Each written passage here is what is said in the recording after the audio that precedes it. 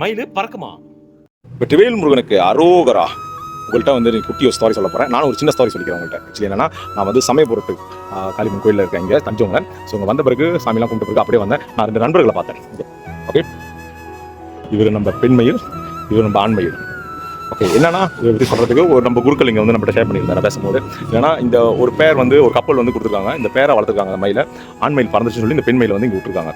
So அதுக்கப்புறம் ஒரு 2 வருஷம் முன்னுக்கு கந்தசஷ்டி பூஜை முடிஞ்ச பிறகு இந்த ஆண்மயில் வந்து சொந்தமாகவே பறந்து இங்கே வந்து இந்த இடத்துல நின்ற பிறகு இறங்கி உள்ளுக்கு முருகன் சன்னிதானத்துக்கு போயிருக்கு. இது எல்லாமே வந்து இந்த கோயிலில் உள்ள குருக்கள் பார்த்துக்கிட்டே இருந்திருக்காரு. முருகன் சன்னிதானத்துக்கு போன பிறகு இங்கே எல்லாமே பார்த்துட்டு அவர் அப்புறம் அதோட கோயில் நிர்வாகம் வந்து அவங்களுக்கு ஒரு செட்டர் மாதிரி அடிச்சு இங்கே அதோட அவங்க விட்டுருக்காங்க. நான் இது வரைக்கும் எங்கேயுமே மயில் வெளியே பறந்ததை நான் பார்த்ததில்ல, கோயிலில் தான் பார்த்துருக்கேன். பட் இது ஒரு அதிசயமாக தான் இருக்குது. That mean மிரேக்கல். ஸோ லைஃப்பில் என்றைக்குமே உங்களுக்கு துன்பம் கஷ்டம் இதெல்லாம் இருந்துச்சுன்னா கண்டிப்பாக நம்புங்க, கடவுளை நம்புங்க. Miracle will happen.